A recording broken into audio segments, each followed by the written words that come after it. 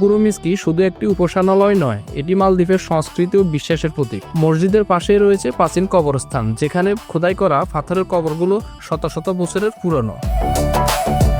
মসজিদের সামনেই তো এই কবরটা হচ্ছে, এখানে যেটা দেখতে পাচ্ছেন এটা হচ্ছে অনেকগুলো জিনিস বড় এবং ছোট দেখা যাচ্ছে। হ্যাঁ, তো যেটা হচ্ছে রাউন্ডটা হচ্ছে মেয়েদের সমাধি, আর যেটার মাথায় একটু আছে এটা হচ্ছে পুরুষদের, মানে মহিলাদের সমাধি, আর এটা হচ্ছে পুরুষদের সমাধি, যেটার মাথাটা একটু লম্বা। আর রাউন্ড যেটা, এটা হচ্ছে মহিলাদের।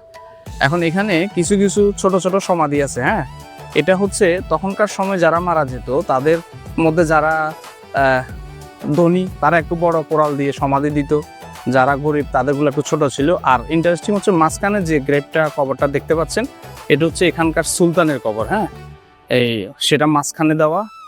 এখানে হচ্ছে সমাধি দুইটা।